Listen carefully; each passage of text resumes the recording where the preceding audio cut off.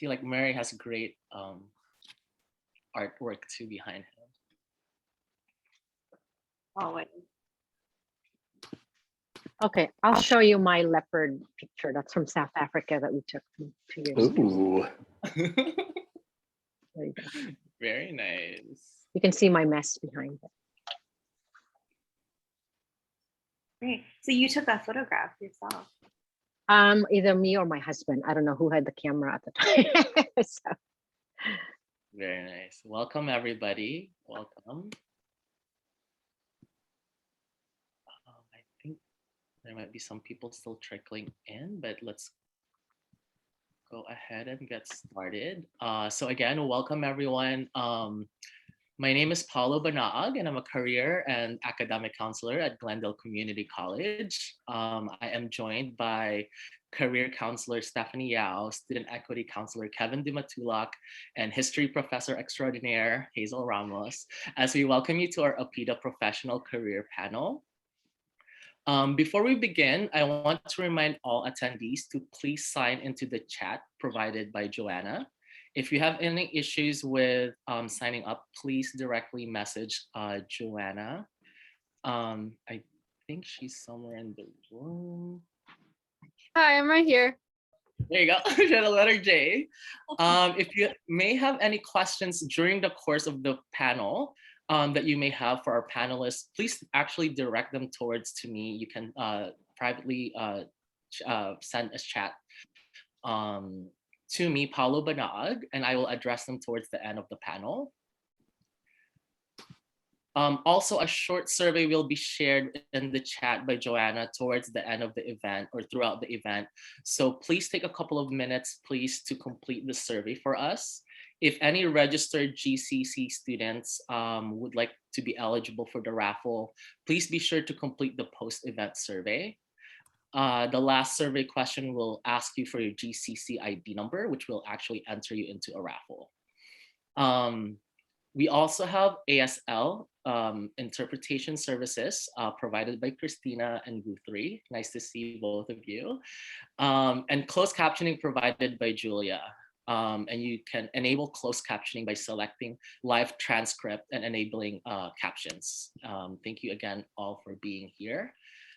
And lastly, this is also a reminder that this event will be recorded, so please adjust your setting to your preferences. But before I let our panelists introduce themselves, I want to offer a land acknowledgement on behalf of the Planning Committee.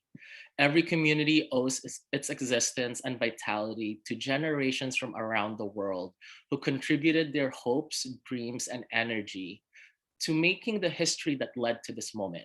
Some were brought here against their will. Some were drawn to leave their distant homes in hope of a better life. And some have lived on this land for more generations than can be counted. Truth and acknowledgement are critical to building mutual respect and connection across all barriers of heritage and differences. We begin this effort to acknowledge what has been buried by honoring the truth. We are currently occupying ancestral land of the Tongya people. In our work to promote social justice and education, we must always consider the many legacies of violence, displacement, migration, and settlement that brings us together here today. With that being said, I'd like to welcome you all to this evening's event. Before I have Steph and Hazel start the first question, I was wondering if the panelists could actually do a very brief introductions with maybe just your name and profession right now, and then we could start with the questionnaires. Does anybody want to volunteer to introduce themselves first? Go first. Go ahead. Hi, my name is Andy, Andy Tai. I'm currently a pharmacist, graduated from USC School of Pharmacy, class of 2011. So I've been a pharmacist for about 10 years. Thank you. I can go next if that's. Go for it, Alex. Okay. All right. Hi, everyone. I'm Alex. I apologize for the mask and everything. I'm at an airport. I am a real estate developer for affordable homes. My workplace is Satellite Affordable Housing Associates.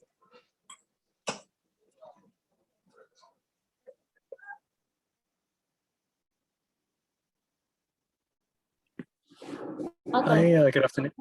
Oh, sorry. Oh, Go ahead. You go. go ahead. No, you can go. Hi. Good afternoon. My name is Mike Wong. I serve as a trustee for the Los Angeles Community College District. I want to thank my colleague, Trustee Andrew Hoffman, for the opportunity to join you here today. It's so good to see all amazing leaders and students and staff from Glendale Community College. And I serve also as Director of Policy and Government Relations for the Department of Neighborhood Empowerment with the City of LA. And it's so good to see everyone here today. Thank you so much.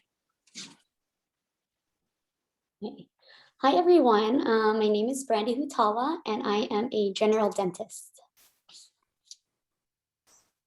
And I can go next. I'm Cynthia Yuan Cheng. I use she and they pronouns. I'm a freelance illustrator and comics artist. No, thank you so much, everyone, for joining us. And I'm so excited. We're all so excited to hear about all of your career journeys. And we really appreciate you being here today. So I'm going to get it started by asking our first question. And you're not obligated to answer every single one. We want to make it so that you are comfortable with answering whichever question you want. So feel free to just chime in if you want to answer this first question, okay? So our first question today for our panelists is, how did you enter the field that you are currently in, and what has your academic and career path been like?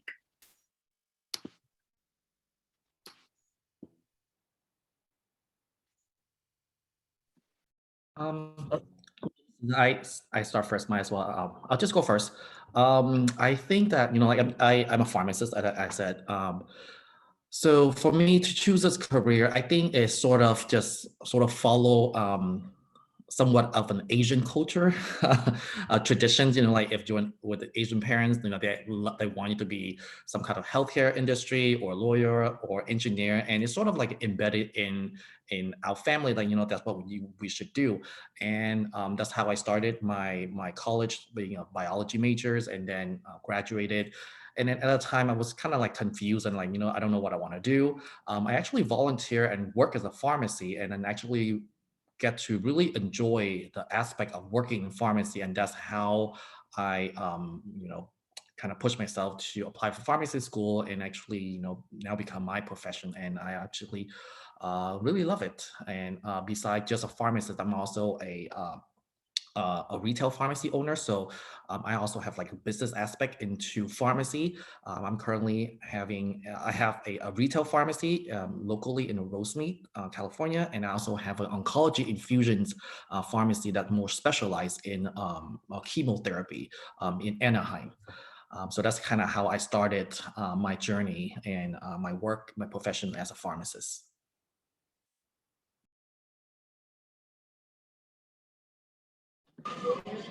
I'll jump in. Sorry, go ahead, Alex. I think you wanted to say. We'll let Alex go first. No, go. All right. Thanks, Mike. Hi, everyone. I'm Alex. So again, I work as an affordable housing developer. My background was in design. So I worked as a landscape architect right after undergrad. And then I went to graduate school for urban design. And then I figured out that you can actually do something to help like disenfranchised people with like your designs and what you want to do, and like have it come to fruition in physical products. So during graduate school, I was in, I did a couple of informational interviews thinking that I wanted to get into architecture. But then when I was meeting with architects that I respected, I found that there was a common kind of theme amongst architects who cared about things, and a lot of them ended up as developers and affordable housing developers. So that's kind of what led me to also pursue this path currently. Smoking is permitted in designated areas only. Sorry, I'm at the airport. Thank you so much for sharing. Mike, did you want to go next? Yes, thank you so much, Stephanie, and good afternoon, everyone again.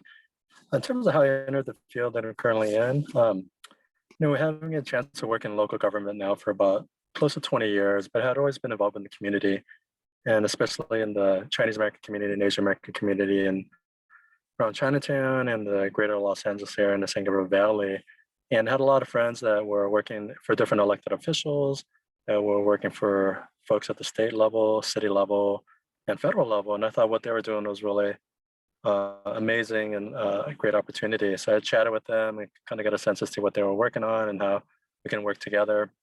But the educational journey that took me there was I went to public schools in LA, Castro Elementary School in Chinatown, Milliken Junior High in Sherman Oaks. I went to school with my colleague, Trustee Andrew Hoffman, and then I went to school on the east side in Bravo High School, and then public schools at UCLA and Cal State Northridge. But at each of those places, I was involved with student government, involved with student council, and got involved with different community organizations. I always wanted to give back to the community, as the prior panelists have all stated as well. And so the academic path, even though I majored in psychobiology, I grew up in a household where I thought my dad and parents really wanted to emphasize the health professions. And so when I went to Bravo High School on the east side, I thought that was something that I was going to pursue, but my passion really lay in working and serving the people in the community. And so that's the route I eventually took, and I haven't looked back. So it's been an amazing opportunity, and I feel and encourage all the students out here, whatever opportunities you do seek, follow your passions, follow your goals, and do what you feel that will lead to. When you feel like you're doing work that doesn't feel like work, then you're doing. Then it's just an amazing opportunity to serve. And so that's what I've been very blessed to have the opportunity to serve as a board member here in the LA Community College District with my colleague, Trustee Andrew Hoffman. Thank you. Yeah, thank you so much for sharing. And I'm sorry, I should address you as Trustee Fong. Or, which one would you prefer? You can just call me Mike. Thank you. Okay, I just want to be very respectful. We very much appreciate your time and participation here. So I just speaking from a career counselor perspective, what I'm hearing so far is a lot of informational interviews being done before really committing to the career path. So that's great. That's always really, really helpful. I always suggest my students to do that. Would anyone else like to go next for that question, or would you like me to repeat it? I can go next. So my parents actually were very supportive in allowing me to pursue whatever I wanted. It didn't have to be health field, but the reason why I gravitated towards the health field was because I felt like I wanted to help people and I wanted to have this positive impact on their life. So similarly to Andy, I did volunteer in hospitals and clinics and was trying to immerse myself in the field as much as I could to kind of get a better understanding of what the career involved. I eventually started shadowing my own dentist, and there was something about dentistry that kind of stuck out to me a little bit more than the others. I think it was the idea that I got to combine both science and art, just because dentistry, there's definitely an artistic component to it, and I love working with my hands, so it just seemed like it'd be a good fit for me. My path towards dentistry was not straightforward. I actually majored in a social science. So with dentistry, you can major in anything and still pursue dentistry. So when I transferred from GCC, I majored in sociology. And so I still had to take all my bio courses and complete all the prerequisites and take the dental admissions test before applying.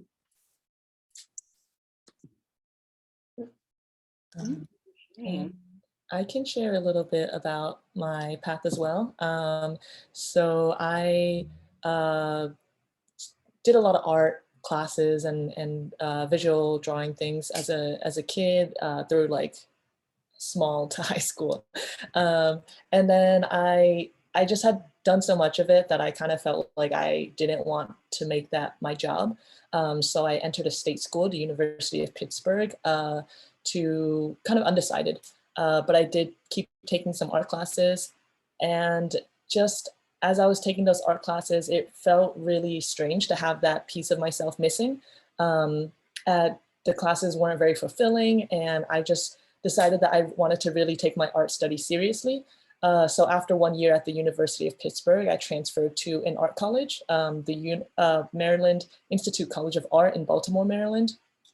And I graduated after 3 years there in 2017. And a lot of the work that I do now is definitely like, I've gained a lot of skills and opportunities and connections through attending that school.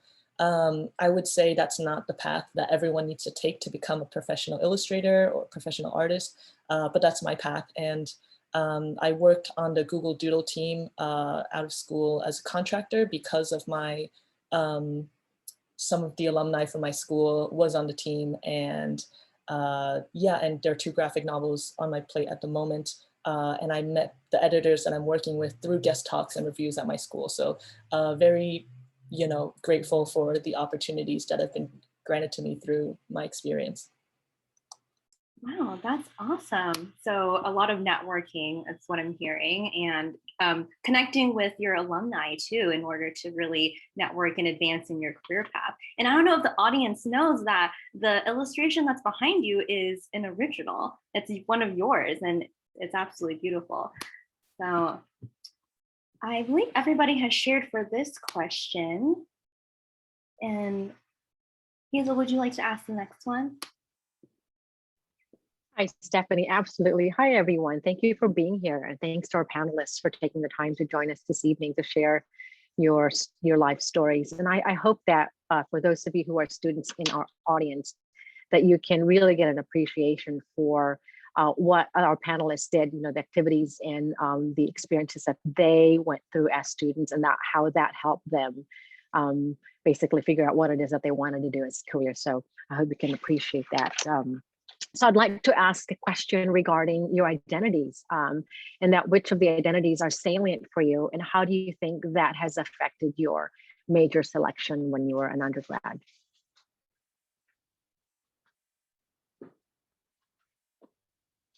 And anyone, feel free to just speak when you're ready.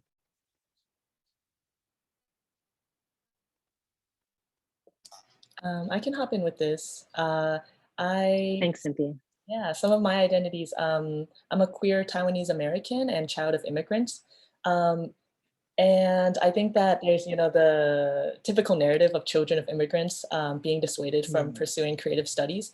I feel very grateful that my mom is an art teacher, so kind of like supported my path. But you know, not to say that she didn't have her anxieties along the way. As I was graduating, I think she had a lot of like, oh my God, your art's not good. You're not gonna make any money. Like, you're like, just a lot of concerns for me. So I think that, like, from my personal experience, no matter what major I would have taken, I think there would have been some stress for me. So this is just where I ended up. Yeah. Thank you. I think there's a lot of stress involved in figuring out what a that right major is, and you know, having to decide what career you're going to do for the rest of your life. There's a lot of pressure, but it's great that your mother had a lot of influence. At least her art background gave you a lot of support. So thank you. Yeah. Anyone else would like to answer that question? I'll jump in. Thank you so much, Hazel, for that question.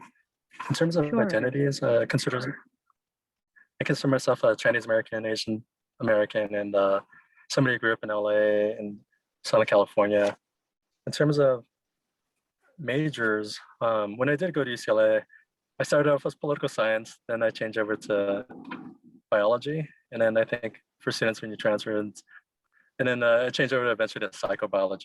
So I kind of went through a couple of changes in terms of majors at UCLA, but also ended up minoring in education. I really enjoyed taking a lot of education classes at UCLA.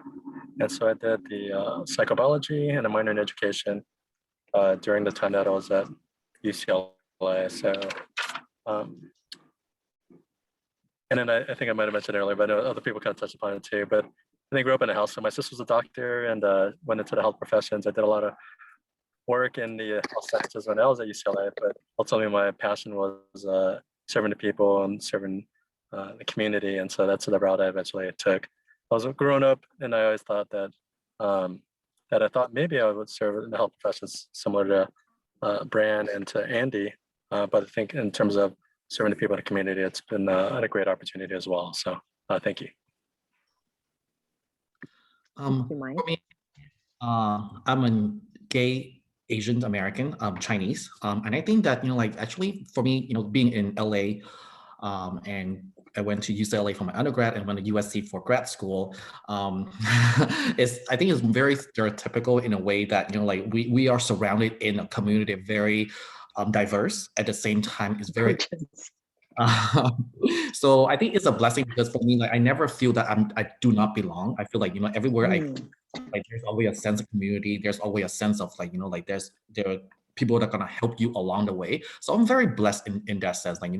Everywhere I go, or even the community college at East LA Community College I attended, UCLA, USC, at every step of the way, there's always this mentor, there's people that are helping me, guiding me through my process, and to really help me choose my majors and ultimately really my career choice. So I have to say that being in Los Angeles, that's sort of is a blessing comparing to, let's say, a lot of people where other places they might even face discrimination, but fortunately for I think that we're in such a melting pot of different cultures, so it really is a blessing, and I think that I'm just grateful that I get to where I am today with a lot of helps, a lot of good mentors, and I think that's probably one of my biggest appreciations is that there's people that always guide you through the way and help you make the right selections, and even when there's downfall, but with the right mentorship or right advice, you can always pick yourself up and keep moving. So that's what was sort of my journey. Thank you, Andy. Who would like to go next? I can go.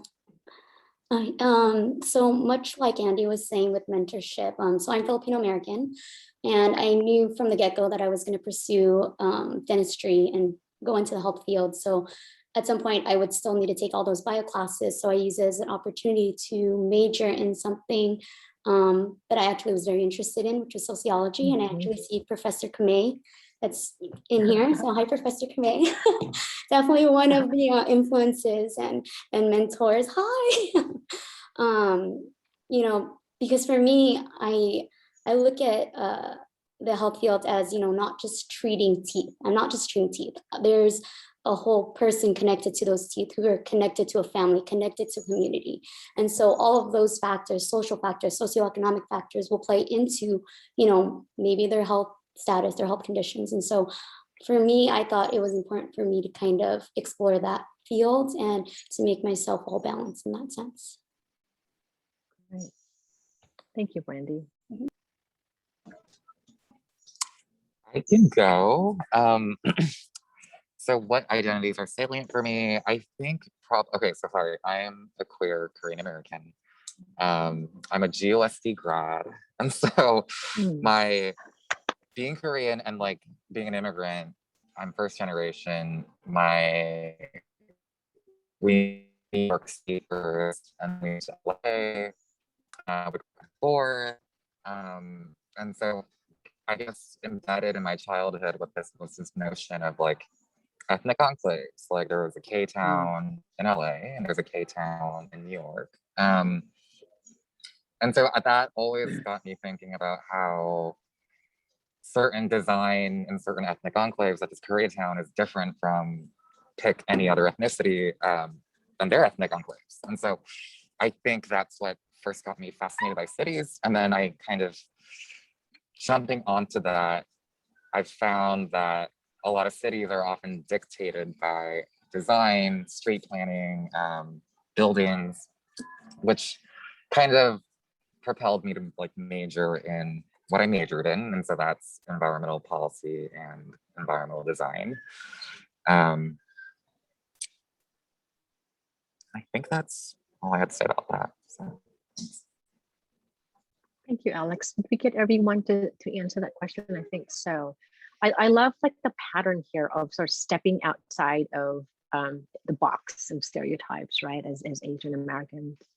And then in terms of your identity, but also with the majors. And I think that there's this sense that you have, I know in certain fields, you know, you have to major in whatever career you're going to pursue, but there's also the other side, like the flip side, that you can major in a liberal arts degree, right? And to get a well-rounded education, and you can change your mind, like Mike, right? With Mike, he changed his major 3 times, and we see a lot of our students. And I think that's a great takeaway for our students, is that if it's okay to change your mind, and your major may not necessarily be what you're going to pursue as a career. And like Brandy is a great example, that she was a sociology major and then ended up doing dentistry, because there's that human element of right, being in a health practitioner, and that you have to have that sort of a sense of how are you going to relate to your patients, and something to think about for those of you who are pursuing the sciences, right? That you can have different majors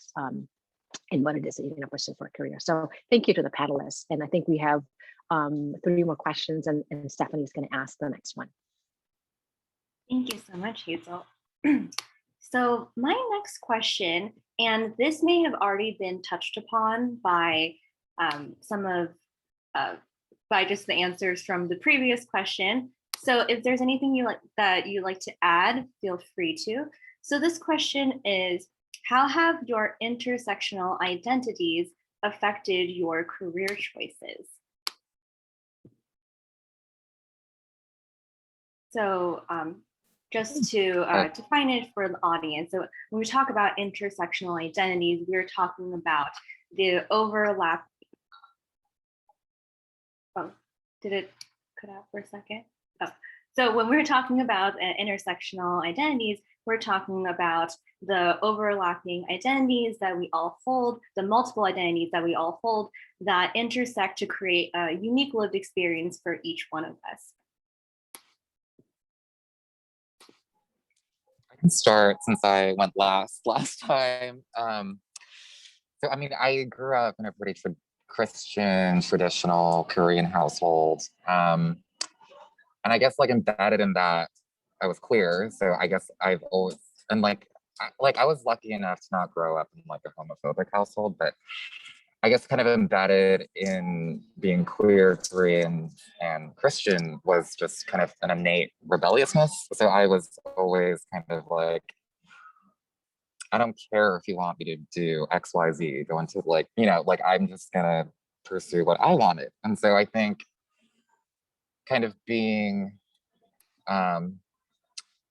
ostracized in a soft way from like the Korean community and like the Christian community, I think that those identities, if it weren't for those kind of like conflicts and those kind of like contrarian narratives, I guess I would have kind of just stuck my head down and just like followed a path that my parents or like my loved ones expected for me. So I think in that sense, like my intersectional identities did help me choose this career path, because I felt more emboldened by just breaking out of the mold, and never quite like fitting in, I guess.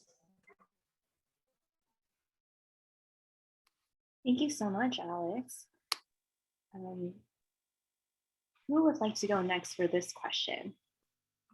I think for me, I'm not sure this is considered intersectional identity, but you know, like for me, I'm actually a pretty recent immigrant. Well, when I came to the U.S., not recent anymore, but I came to the U.S. in 2000. At that time, I was about 15 years old, so I was already pretty, you know, like I guess mature in a certain sense that, you know, like I have my Vietnamese, you know, culture when I grew up and I was a teen there. I went to high school, and then, you know, there's such a big transition from like a Vietnamese culture into the US culture, where I really don't know a lot of English, and I have to really submerge myself in this new environment, new language. I will learn everything new.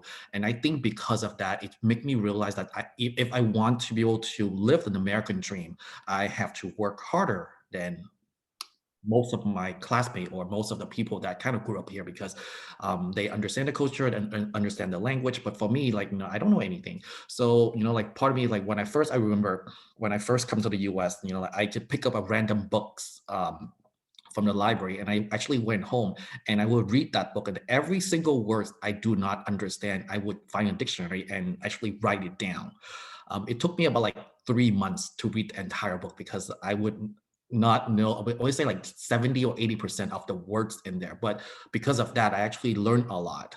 And, like in 2000, it's not too long ago, but, I think that, at that time there's like, in high school, there's a group of students that, like the more popular one that like very like, they are the sort of like the ASP or the student body group. And then there's like a more, we would call them like the FOB, where they don't really speak English and they kind of hang out together in one group. So there's like a two or three different group of students in high school. And, like for me, I don't feel belonged in any of them because, if I'm to hang out with all the non-English speaking, then eventually I would not be able to understand the American culture. But at the same time, the really cool kids in town, they don't really want to hang out with this kid who doesn't really speak English. So I didn't feel belong.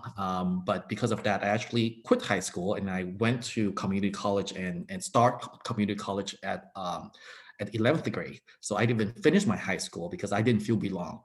But I think that, like it because of that is really forcing me to be able to get out of my comfort zone and find a space where I belong. And that's when I really love community college, because when I go there, like people will be more mature and they're not like, in a high school mode where they're just like, you know what, you're not cool, I don't want to hang out with you.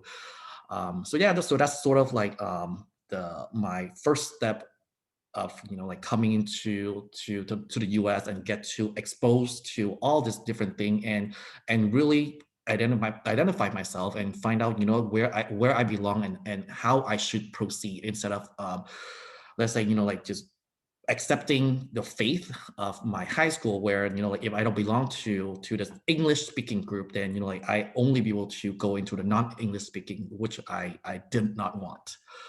So yeah. Thank you so much, Andy, for sharing about your immigrant experience, and that identity is definitely so important to you.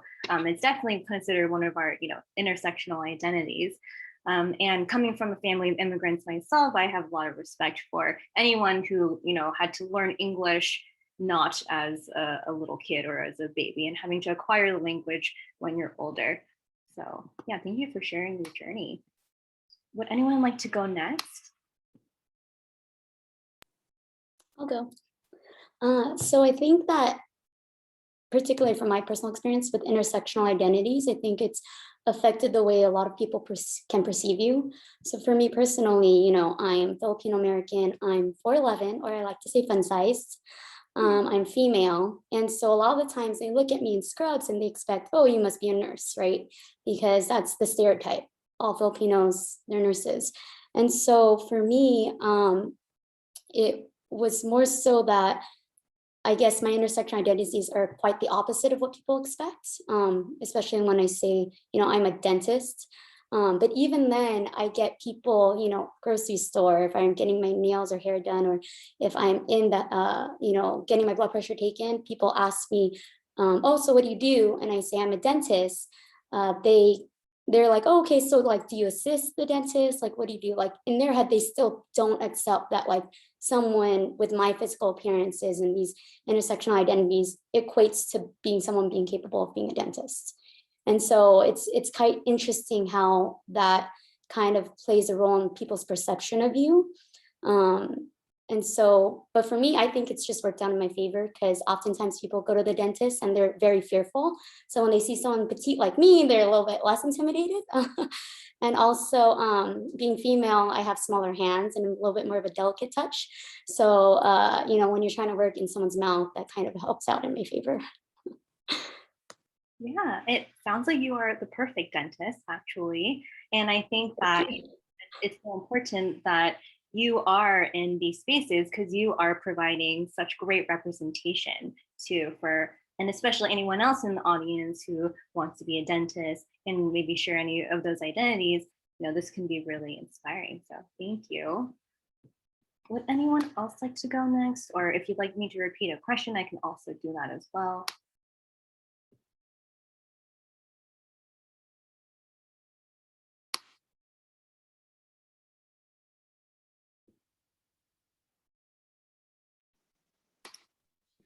Or we can move on to the next question.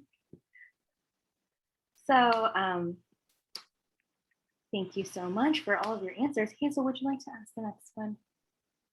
Of course, yes.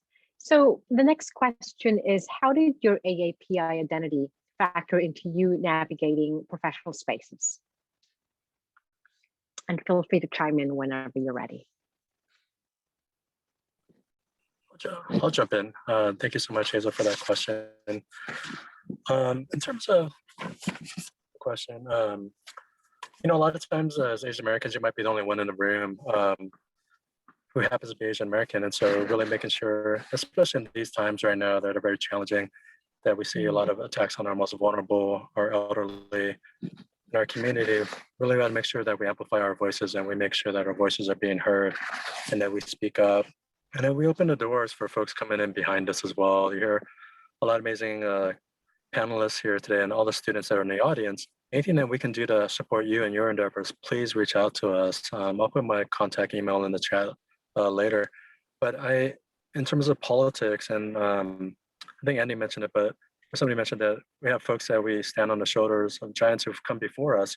And in politics, I've been very fortunate to have a lot of mentors and other folks who've supported me in my journey. And running for office is not something you usually see in the Asian American community a lot of times. And so we need to continue to encourage folks to step up and to run and to make their voices heard and to represent. And so in the various capacities that I've been in, I've had the opportunity, I worked for City Councilman Ed Reyes from 2005 to 2009. And I got to be his field deputy for the communities of Chinatown, Lincoln Heights, Echo Park, Solano Canyon, areas north of downtown LA and west of downtown LA. And from there, I was very fortunate to have been approached by then Mayor Antonio Villaraigosa to serve in his administration. And he gave me the opportunity to serve as his Eastside Area Director and his senior liaison to the Asian community. But we know that sometimes when we step into these spaces, we might be the only person who looks like our respective selves in these rooms. So please make sure to make your voices heard and to bring your perspective and lived experiences to the conversation. Those are some of the comments I want to provide on that. Thank you so much. Thank you, Mike. What a great role model that you're setting for our students and for all of our brothers and sisters in the Asian American Pacific community, that, you know, that even though you may be in a setting that you are the only one, right, that you know, that's not a reason to shy away, but even more reason to speak up and make sure that your voice is heard. So thank you for that perspective. That's really, it takes a lot of strength and courage to be able to, and self-confidence, right, to be able to put yourself in that, because you're putting yourself in a very vulnerable position. But thank you for that. Yeah. Would anyone like to go next?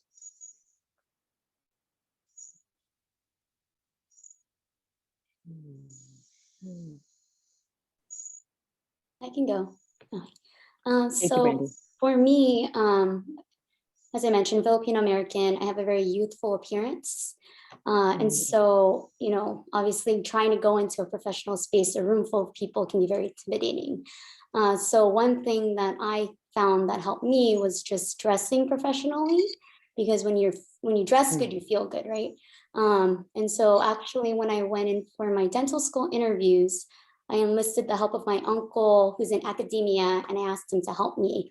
And the one piece of advice that he said was, you need to buy a power suit.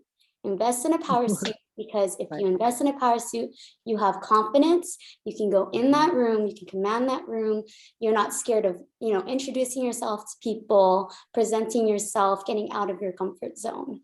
And so I think that's really helped me to be able to confidently present myself in a way that, you know, is not timid or shy, but to be able to really be my best self. So that's really what helped me. Thank you. I love that. I love that even an attire, right, like a powerful suit, you can channel like that sense of confidence, right? I mean, it's the same thing as wearing a specific type of shoes, right? A higher heel or something. It gives you like that certain sense of confidence and a certain walk. So thank you for that. Yeah, for those students who are, or anyone who are, you know, looking to sort of project that kind of, I don't know, image, right? And that you can easily do that, you know, with the way you present yourself, whether it's for those of you who do wear any kind of makeup with that to give a polished look, because it does make a difference, right? I have friends who, even at home, they'll wear lipstick, but it gives them a sense of like being put together because you're going to project that in how you present yourself to the public. Yeah, thank you. That's great. Thank you. Would anyone else from our panelists like to answer the question as well? I can answer. Thank you, Cynthia. Yeah, so in illustration and in like commercial art, personally from my perspective, I found that there's actually a lot of East Asians already in the industry and in the space that I take up professionally. So I feel I definitely recognize like the privilege as an East Asian that I haven't felt any particular barriers. I think that if anything, there are times where like people of color in the illustration field can get boxed into like creating art about their racial identity. For example, like a lot of Black artists who might get boxed into making, you know, editorial illustrations for articles about issues that Black folks face. And then certainly the same for Asian folks as well.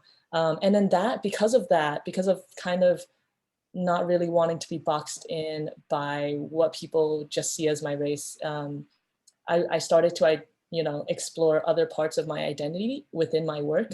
And then especially outside of school, I started thinking like, well, who am I, like, not just as a Taiwanese American? Because in school, a lot of my work, my like senior thesis, half of it was creating artworks for articles about Asian American issues on like gentrification and the history of military occupation, and those were the issues that I covered. But then as I grew into my professional career, I started asking myself, well, who am I also outside of that? And I think that allowed me to kind of continue to expand into my vision and learning a bit about myself as well. Yeah. Thank you. I love that you can see beyond your cultural and ethnic identity, right? That you can embrace other aspects, and it allows you to grow. And as an artist, obviously, you're going to need to explore other things, right? But I think it's part of our own development as individuals, right? That you start as a young college student, you start with what's closest to you and what's more relevant at that moment. And then as you continue to take classes and you explore different communities, then you can then see, you feel, I guess it takes confidence too, right? To go beyond that sort of the comfort zone of what you know as your own personal background, and that you can take from, like I always I like the eclectic approach of taking, right? And I identify as Filipino American, but I also like to take, different aspects of different cultures, right? And to be more open-minded to different, and to grow with all of those things, right? Especially as an artist, it's so important because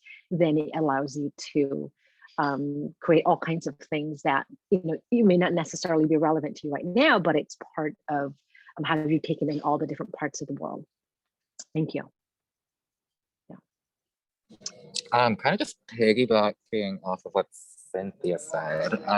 Yeah, please, thank you.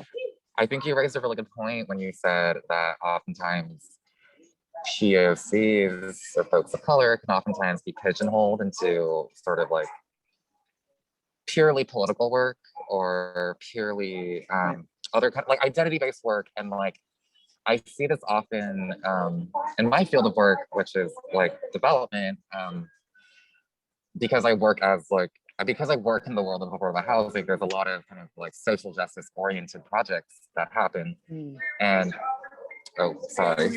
and I think oftentimes, like, because of the homogeneity of the field, being the only like Asian person and kind of quite frankly, like the only person of color, like in the current like team that I work in, I am often looked at as like the person who can provide the most salient advice when you're coming to like face with these different sorts of conflicts. And I think it's kind of important for me to like step back and one, recognize that I also have privilege, and two is like being political is not the only thing I am.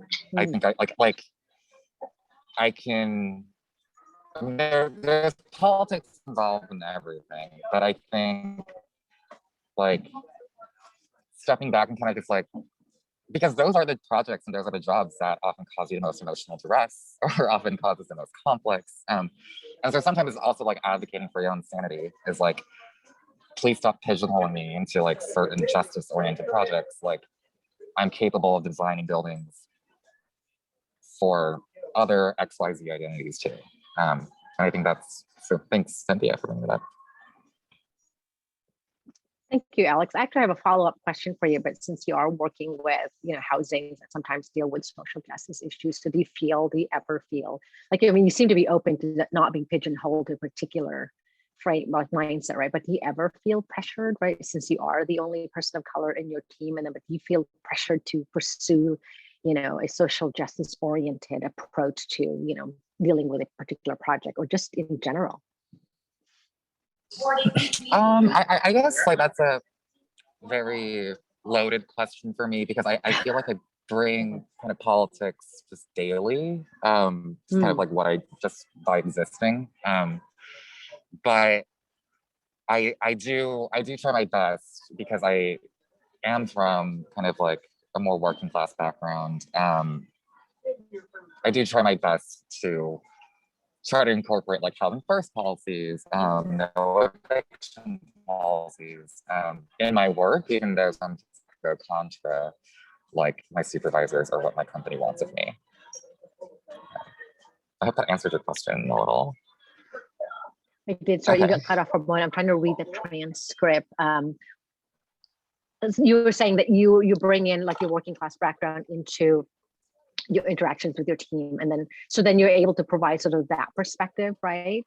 Yeah, and I think working with a team who has grown up, I mean, I feel like a lot of members in my team have grown up with housing stability, and like personally, I haven't, like in the beginning of my life, and so I think when there's discussions about evictions, when there's discussions about homelessness,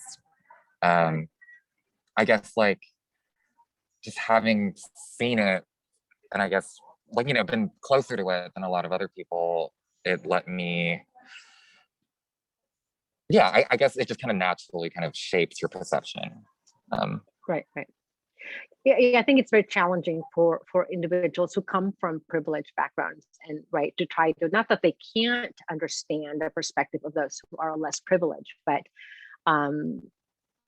if there isn't anyone in that group or in that team who is pushing, who have experienced that, I think, it really makes for a stronger case, right? For someone who can really, who experientially went through, who has that same, socioeconomic background, that they can advocate for those groups of people, especially like in this really trying economic times, right?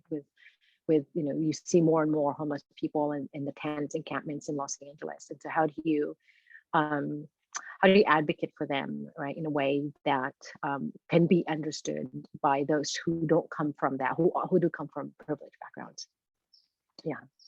Thank you. Wow, what great important work you're doing. Thank you, Alex, for that.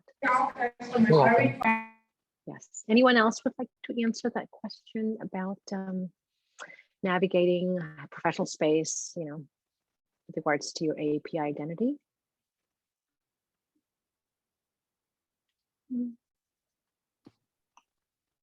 Thanks, Stephanie. You're next. Thank you, everyone. Yeah, thank you once again, everyone. And thank you, Hazel.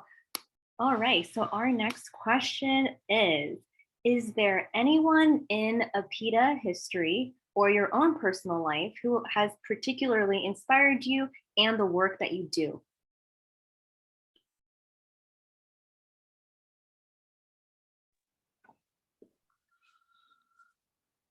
I think I can go in this answer. So for me, I think my is my sort of my boss and my cousin at the same time is the one that kind of inspired me.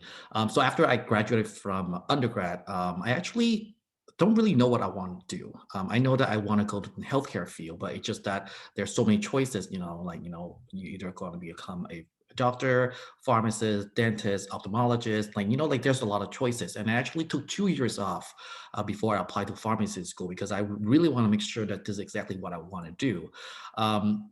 So my cousin, actually, he has a pharmacy and he opened his first pharmacy, and I was actually his first employee. And by working for him, not only that I was inspired to be a pharmacist, but more than that, he inspired me to be a businessman.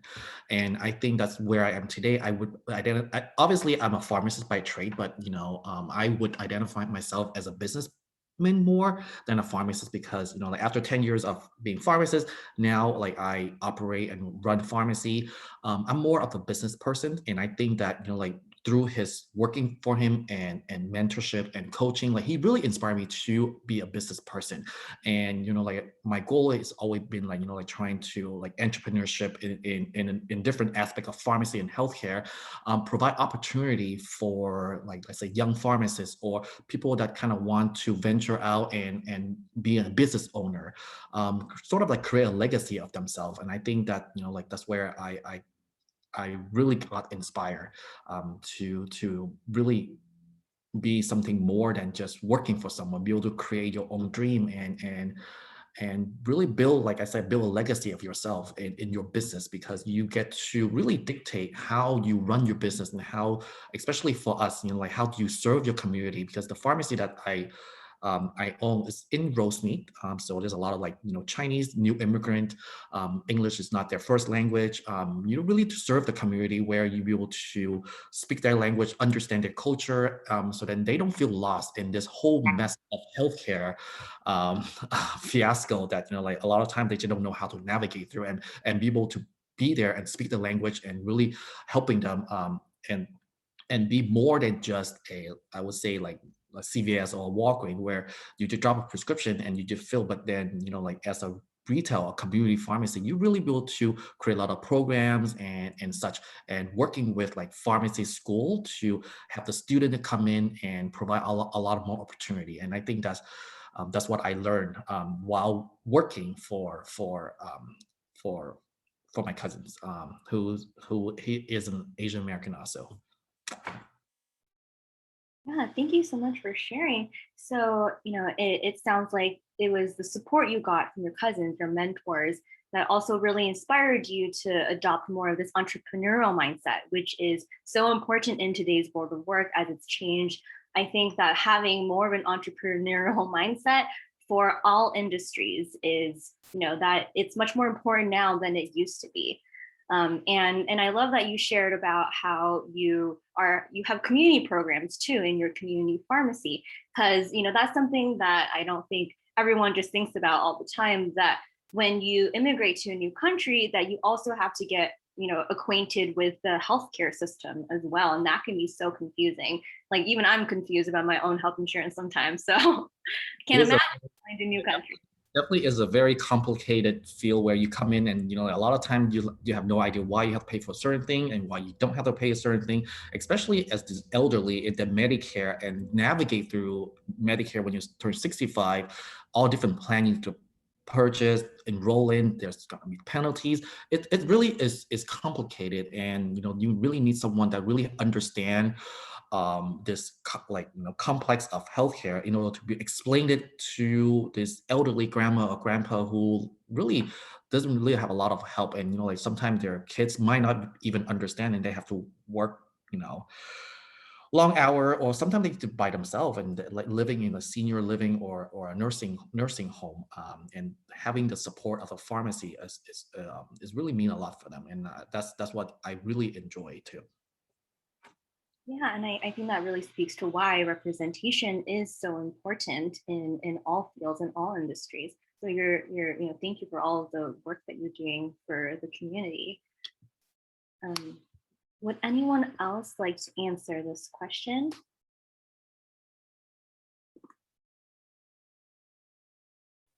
I'll jump in. Thank you so much, Stephanie, for that question.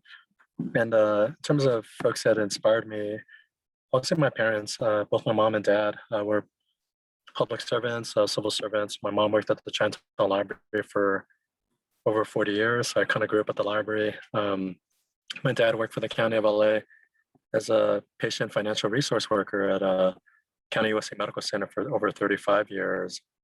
And I know we're mentioning community colleges, but this is the power of higher education that brought them together. They met at LA City College in the mid 60s. And so I stand on their shoulders and everything they've done. And then our grandparents, my grandma was a seamstress for many years and was able to raise her 3 kids. Well, my dad and my aunt and uncle and grandfather owned a laundry business on my mom's side of the family in what is now the Koreatown area.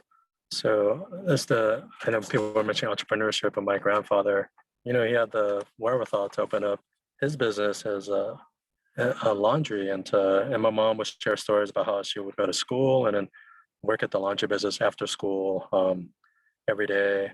And so really family has really inspired me to serve the people in the community and really serve as role models and mentors for my lived experience. And then also in the political world, mentors such as former state treasurer John Chung, who ran for governor, as a mentor. Somebody like Warren Furatani, who served on the LA Community College District Board of Trustees and served in the State Assembly as a mentor. Mike Wu, who's the first Asian American council member of the city of Los Angeles. Congresswoman Judy Chu, who's the first Chinese American woman to serve in Congress. Mike Ng, who I got to serve with, along with Trustee Andrew Hoffman. We served with Mike Ng for a number of years on our LA Community College District Board of Trustees. There's another mentor. And so we stand on the shoulders of giants who've come before us. And it's really incumbent upon us when we're in these roles to really lay the foundation for the next generation of leaders too. So yeah, thank you so much for that question. And thank you so much for answering. Yeah, I need to share. So I don't know if you remember me, but I used to work at Asian Youth Center in St. Gabriel. And I remember you came to one of our events and I was like so starstruck, and I was so honored to see Asian American representation in our government. So now you are on our panel, so we're very honored. Hey, Stephanie, it's great to meet you at the Asian Youth Center, and thanks for all your leadership there. Thank you.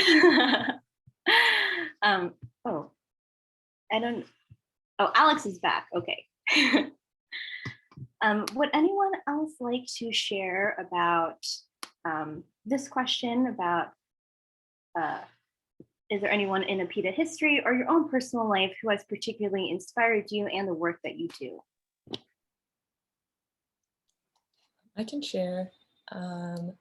For myself, there are 2 graphic novelists who are in California, and I just really look up to the work that they do. To me, they kind of are models of like what I want my career to look like. One is Jean Lun Yang, who is the author and artist of American-Born Chinese, Boxers versus Saints, and Jen Wang, who is the author and artist of Stargazing and The Prince and the Dressmaker. Jean was a teacher while creating many of his graphic novels. In like a high school teaching computer programming maybe in the Bay Area. And Jen Wang runs the Comics Art LA space, which is a really fantastic yearly annual convention where indie comics artists come together and sell their work.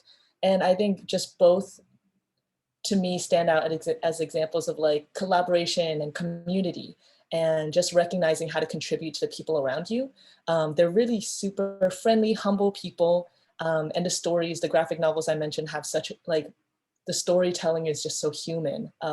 It's just so, beautifully told about human relationships.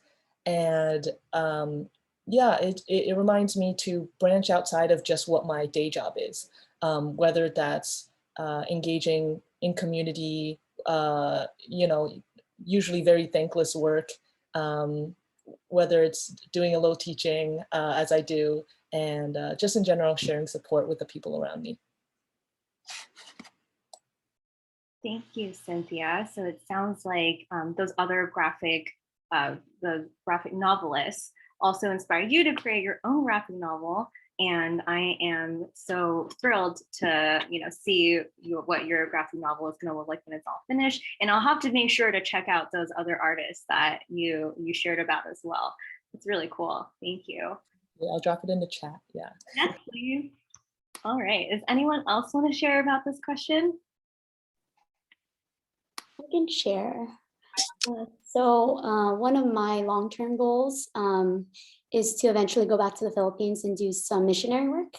So right now I've done mission trips to Mexico through my school and everything like that. And I think this philanthropic nature really comes from my maternal grandfather, who lived in the Philippines, and he owned his own convenience store, but he was very generous with the community, and he would oftentimes donate things to the community. He even funded the education of local students, so he would send them through school if they couldn't afford it. So I think that's why I wanted to pursue a career that would give me the means and the capacity to be able to give back to the community in a sense. And so that's why being able to do mission trips or eventually do work for pro bono is something that really has inspired me to go down this path. Wow, that's amazing. Yeah, it's so giving back to the community because you felt inspired by your own grandfather who had this helping spirit also. Wow, that's great. And I can go next. Sorry, my video's off because I keep disconnecting and I don't want to keep doing that. But I had the kind of like privilege to be able to teach Asian American history in graduate school. And so one of my mentors while I was teaching that course was a dude named Harvey Dong. And him and his wife started the first kind of like ethnic studies bookstore in the West Coast called East Wind Books. You all should check it out. I don't think they're doing too well right now, so if you can try and support them.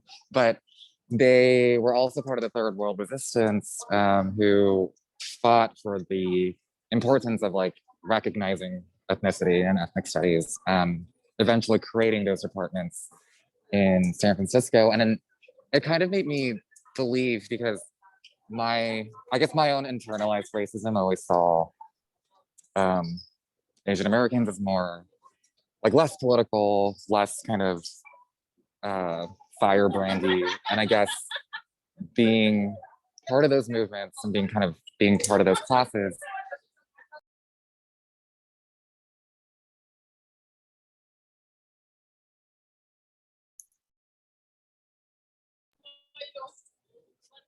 oh, sorry, when did I cut out? Being part of those classes, that's when it cut out. Okay, yeah, so being part of those courses and seeing like my forefathers and different role models fighting for what they believe in tooth and nail for the creation of an ethnic studies department, I guess, kind of like, I guess what I'm trying to say is like, it's good to have like representational role models, because I had this preconceived notions about what Asians do in politics, and then being able to work under folks who fought battles to get Asian American studies legalized, ethnic studies substantiated as like a true course, or as a true way, like as a true college kind of educational academic field, is really inspiring for me, and kind of, changed my perception about how much power we can collectively build and how much power we collectively like do have. So, thank you. Yeah, thank you so much, Alex. And I totally agree with you about the importance of ethnic studies. I know we have some ethnic studies faculty members in the audience today, and I think that work is so important. Just sharing some personal experiences, when I was in community college myself, the Asian American Studies class that I took just really opened my eyes to, the history that I wasn't taught in high school. And as a result, really allowed me to fully connect with my own identity as a Chinese American. So yeah, thank you for sharing about that. I think that everybody got a chance to answer that question. So Hazel, do you want to take the next one? Thank you, Stephanie. We just have one more question for our panelists, but before I ask, I just wanted to remind the audience that if you do have specific questions to our panelists, then you can go ahead and put it, write it on chat and address it to Paolo specifically, and then we'll ask those questions after we're done with our last question. So thank you. And so for the panelists, here's your last question. And what are some words of advice and wisdom can you impart to our students who are pursuing higher education?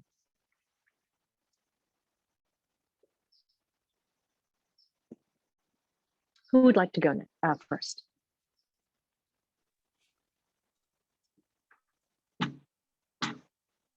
I can go first. Thank you, Andy. Actually, I do have two. I think that the first one, I think Mike earlier was sort of saying it, but I'm just gonna paraphrase it in a way that, you know, like there's one advice that I go by is that if you love what you do, you never work a day in your life. And I really truly believe in that because I enjoy what I do, and every day I wake up, I love going to work. I love doing what I do. And I think that's very important because you're going to spend the rest of your life doing something for a long time. And you have to make sure that you really, really like it. Because if not, I don't know how to even, I can imagine something that you do, something that you don't like. So yeah, that's very important. And second is that, you know, like with the business, mind and more of entrepreneurship, like I think that, you know, like I would advise a student to really set a goal or dream big, like, you know, something that you think that you might not even be able to achieve, but it's a dream. You know, like set your goal high so then you know that, you know, one day you might not be able to get it, but at the same time you set your goal so then once you get it, you can set for another goal. I think that's sort of like my motto is that, you know, like just set a goal that, you know, like you at this moment you might not think that you'll be able to get there, but you never know, because if you set your goal too low, then, you know, like you just shortchange yourself. Great. Wow, thank you. Thank you for those words. I love what you said earlier, especially about loving what you do. I think there's nothing worse than going to a job that you hate, that you waking up one day, waking up every morning to get ready for a job, to go there and to be miserable. I've been there, many, many years ago, and it sucks the soul and the heart out of you. I think that's very, very important. And I think often for a lot of our students, especially those who are very, very ambitious, I hear it all the time, conversations with them that they want to do a particular job because it makes a lot of money. And that's, what's driving them to pursue those careers. And I say, well, that's great. You want to make good money to be able to afford, especially living in one of the most expensive cities in the world.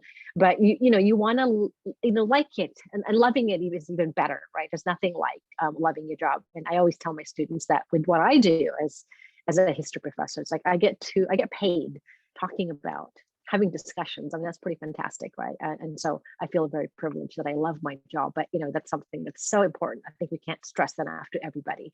And it also too, I think it's important that it is in a position of privilege to be able to pursue a career that you love, right? And I think about for those first generation immigrants, that they don't have that privilege, that they just they have to pick a job that's going to make that's convenient, perhaps in terms of transportation, that pays well, and that's going to help sustain their family, right, in their new life. And so that's another thing to be, I guess, to appreciate in that, to be able to pursue a career that you love. It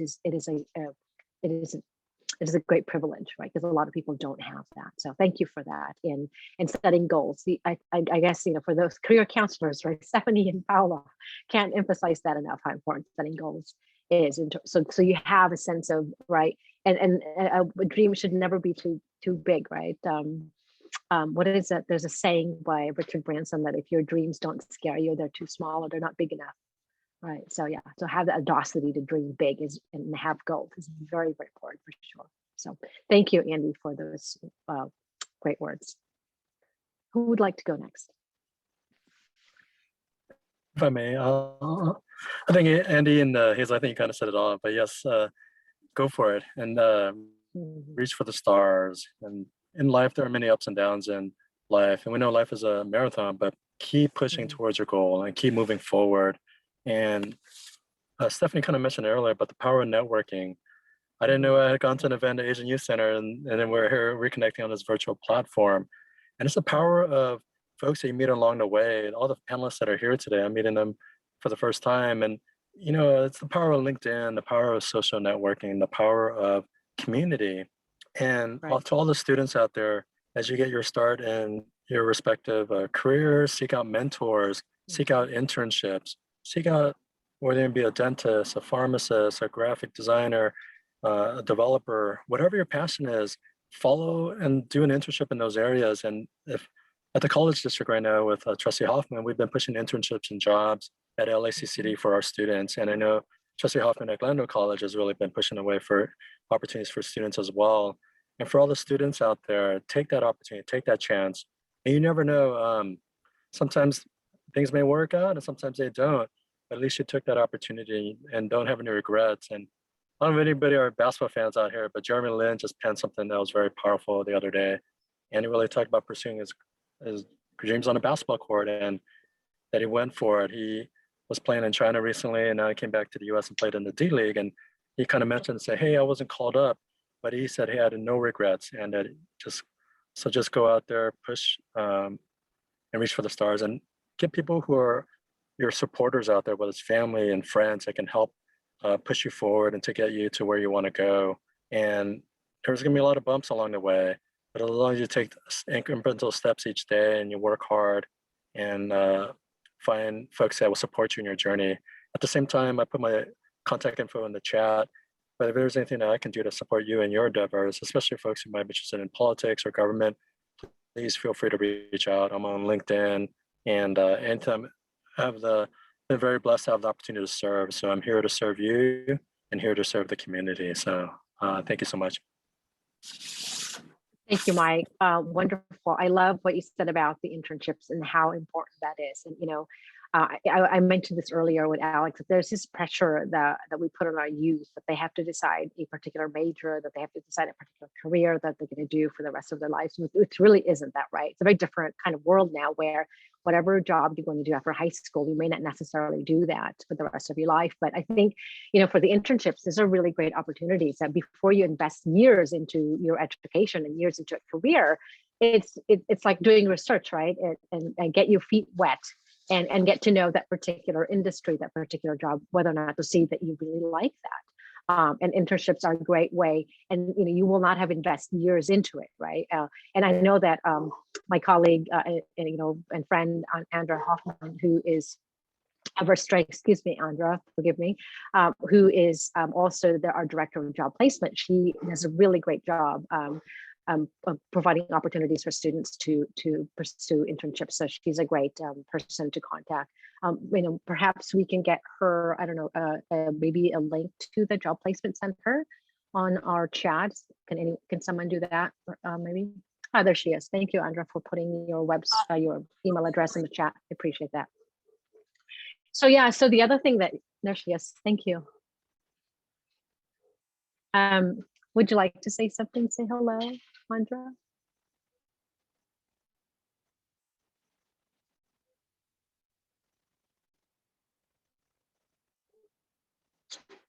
I'm sorry, I was trying to I'll put a link to the Job Placement Center. But Stephanie does a really great job in helping us to identify internships, and we've got lots of jobs and internships right now. So I will put the link there, and we look forward to seeing all of you. This was a wonderful presentation. Thank you so much. And thanks to all the panelists. You've really inspired me, but I think you've really inspired our students. I see a lot of heads nodding, so thank you. Thank you so much. It's great that you introduced yourself.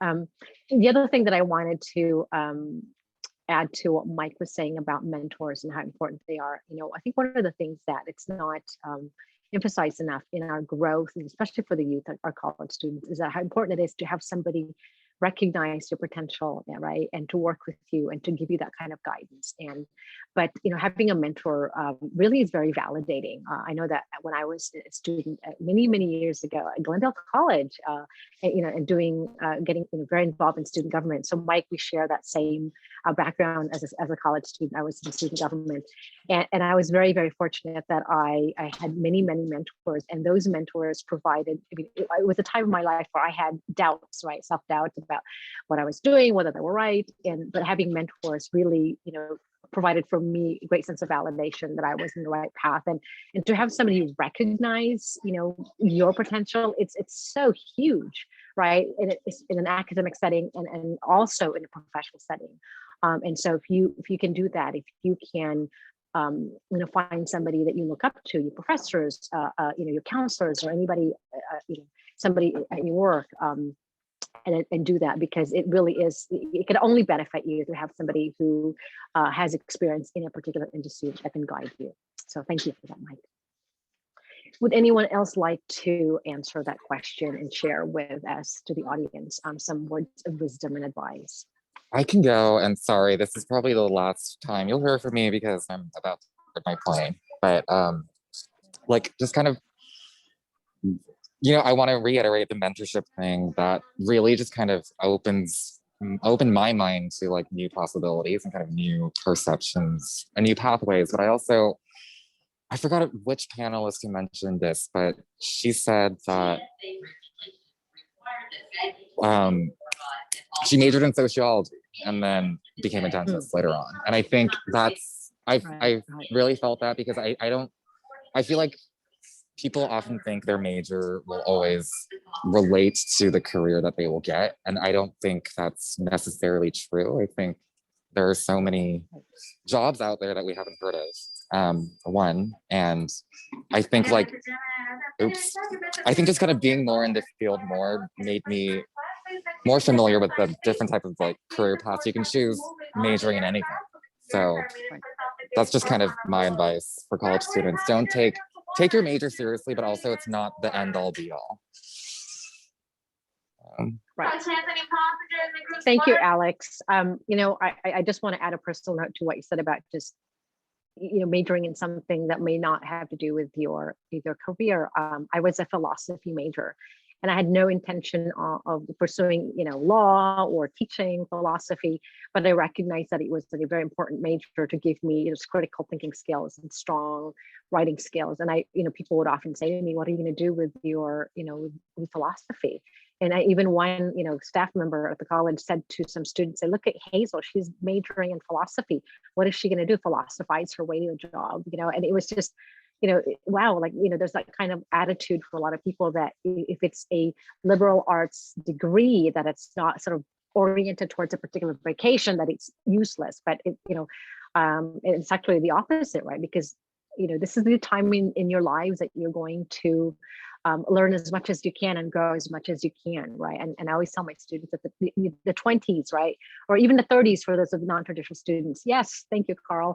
Philosophy is awesome. That this is your time, right? Because once you got there and you have your full-time careers and you have more responsibilities with family, and for those of you who want children, things change, right?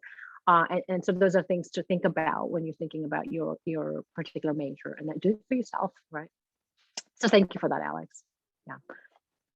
Anyone else would like to share with us some words of wisdom? Brandy, I see you unmuted. Yes, I can go. Thank you. Everyone, they've mentioned great points, and just to add to that, I'd say it's never too late to pursue what you want to pursue and what you're passionate about. Because my path wasn't straightforward, I actually got into dental school at 26. And that was actually the average age of my class. A lot of my classmates, actually, dentistry was their second career. So it was them choosing something else that, leaving a career that they weren't passionate about and finding something that they could see themselves being happy doing for the rest of their lives. So definitely pursue your goals, pursue your passions. Even if it's at 26, 35, 50, if you're passionate about it and you want to do it, then there's no limits to that. Wow, what a great example you are, that you don't have to be 18 years old, right? To I love that. I think that also there is that the perception that, you know, if you're 26, you're too old. And when you think about it, gosh, 26 is still, you're a baby, you know, you were a baby still at 26, right? I was 20, well, not to date myself, but I was 25 when I was at Glendale College. And there was that sense like, oh my gosh, you're an old woman. Right. But it's great that you know, but you're sort of showcasing to our audience that you can reinvent yourself, right? And no matter what age. I remember one of my philosophy professors at Cal Poly, where I did my undergrad, he was in his 40s and he went back to school to get his law degree, right? But so there isn't like this, you know, and I think it's if we allow right, the world, others, right, exterior forces sort of define what should, I guess I'm going to quote another former professor, George Durfer, who he would always question those oughts and the shoulds and who's defining that, right? And we're inundated with the influencers who push sort of this particular prescription of what life should be and how old you should be in college. And there really isn't a right way. Everyone has a different path. So I love that you show, you know, you're sharing that with us, that you were 26, and it is a non-traditional age to start dentistry school because it is a very long path, right? But you know, I want to say that takes courage, and that takes, right, a great sense of self-awareness and not worrying about sort of that social pressures like, oh my gosh, I should and ought, right? Again, the shoulds and oughts. I should be there already because my peers, you know, are already there and I'm married and have kids and blah blah blah blah blah, on and on and on. But you have you know, you had courage and great sense of self to say, you know what, I'm going to do it my way. So thank you. You are a great role model for that. Thank you, Brandy. Yeah. Who else? Do we have any more? Did we get Cynthia? Did you? I just saw you unmute yourself as well. Great. I can give, I have like 2 quick advice, that I'm the type of person who really values fun and work, like the balance of that. So like, I'm told like, as a student, I, you know, did a lot of like extracurriculars. I got involved in like student club leadership. And you can combine that with your academics. Like I put together this illustration club. And so people from our major we got together, we did activities, got to know each other. And we also the Asian Student Alliance helped lead that. So just like using extracurriculars to get to know your peers, and then, you know, building relationships beyond that. And yeah, and then even now, right, outside of my work, right, that I still seek out other things where I can do meaningful things, like volunteering with an activist organization. So yeah, just make sure you have some fun, like make sure you balance out, you know, outside of academics, do things that help you sustain yourself, because if you overwork, then that just only harms yourself. And take advantage of your school's resources, whether that's like the professors, the classmates, or like the printers or or like computer labs, mental health resources. They have all these really great resources available. So take advantage of them while you can. That's great. Thank you, Cynthia. You know, when I talk to my students, I always tell them that, you know, you're going to probably work for, you know, the next 50 to 60 years of your life, right? So it can't be just work, right? I think in the modern, you know, consumer capitalist oriented world, there's such emphasis on work as a huge part of our lives, and I guess we need to be reminded that we gotta have fun as well. And then part of that is, you're right, reaching out to the community. And you know, at Glendale College, we have so many different, for the students, we have so many different organizations. And I want to plug, you know, market our student government, our ASGCC. In fact, I think our student government president is here, Elise. But you know, there's also so many different clubs and organizations. And like what you said, you started one, right? You could also start one. And what a great way to take on, you know, a leadership role and to create your own community. I mean, that's another thing that's so, I think, and it's nothing new, right? But be brave and create your own community, right? Yeah, in college, at Glendale College, I started I was one of the founders of the Philosophy Cigar Club. Back in the 90s, cigar smoking became very trendy again. And so instead of hookah bars, there were cigar clubs, cigar bars rather, that you would go to. And, we would sit around and we thought we were so cool. We'd smoke cigars and would philosophize. But that's right. That's part of the academic experience. It should just be in the classroom. It should see, there you go. Elise is so resourceful. She's already putting a list of our club at GCC, the link to that. Thank you, Elise. You're amazing. So really, really important to, I think, I guess the takeaway is that create your own community, right? If you can't find one, create one. And that's where being at a college setting allows you to do that. You can create your own club and you can create multiple clubs if you like. So thank you for that, Cynthia. Wonderful advice. Yeah. Did we get everyone from our panelists to answer that last question? I think so. Thank you, everyone. That was really wonderful.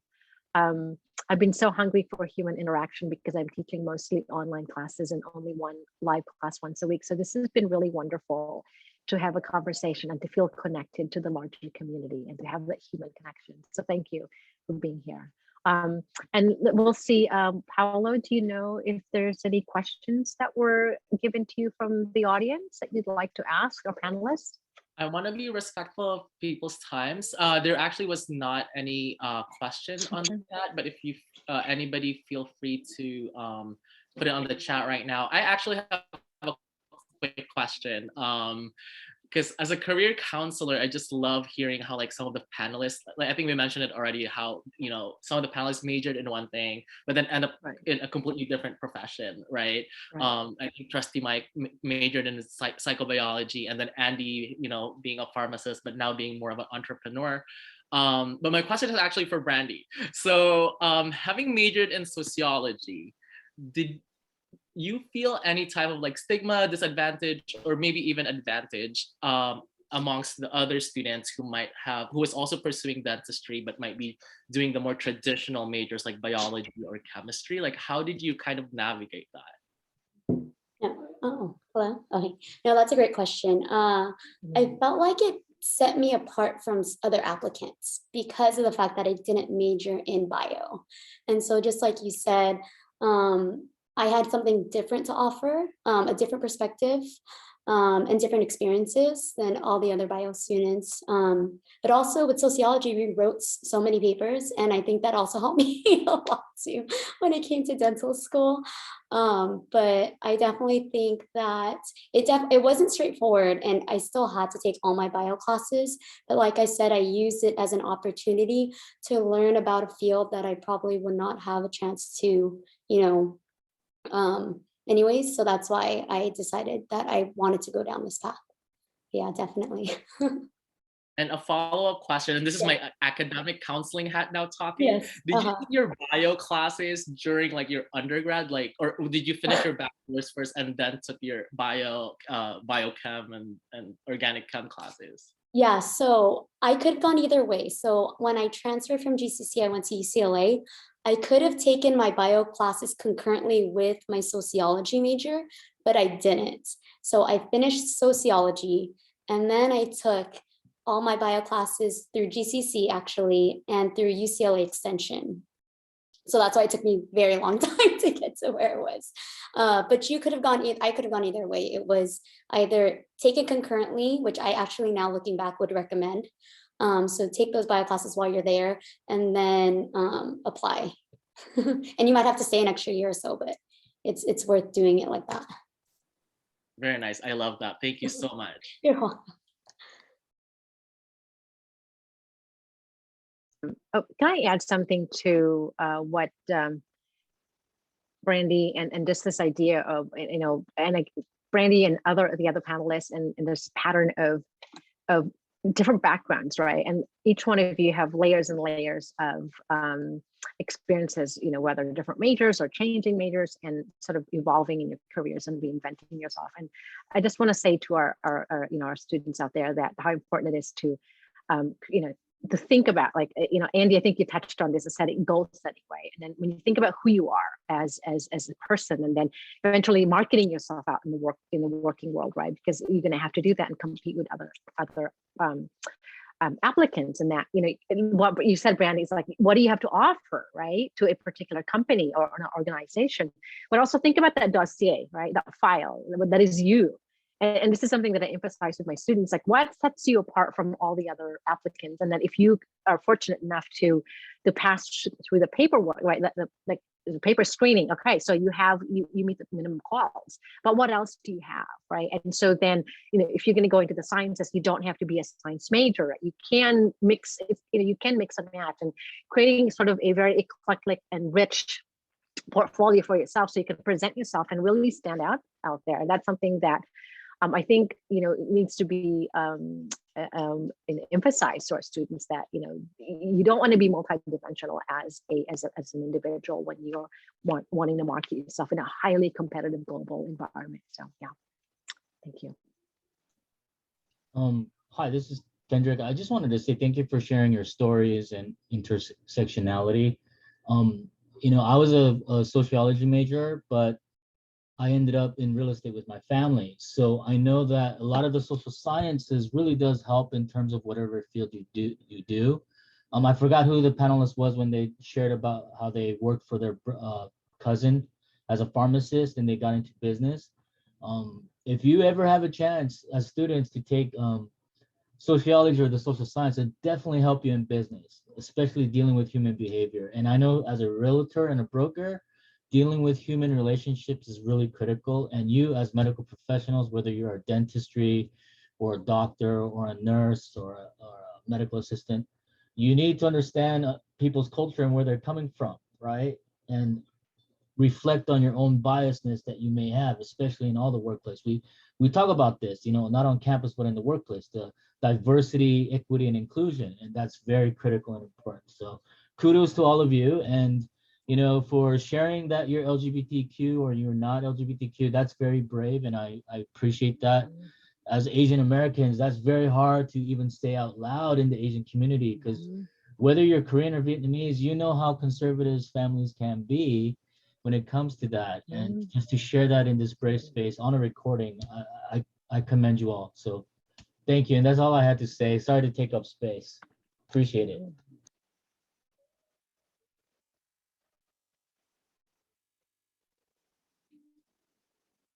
That was great, Kendrick. Thank you for sharing that. We didn't pay him to promote the social sciences.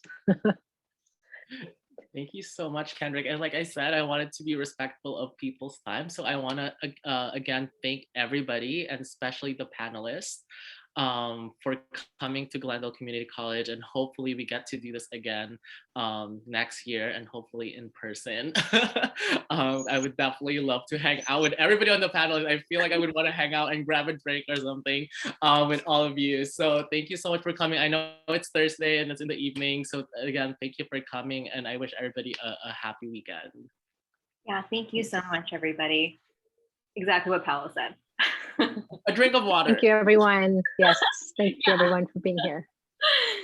Thank you. Thank you so much. Bye. Bye. Thank you very much. Take care. Thanks, Kendrick.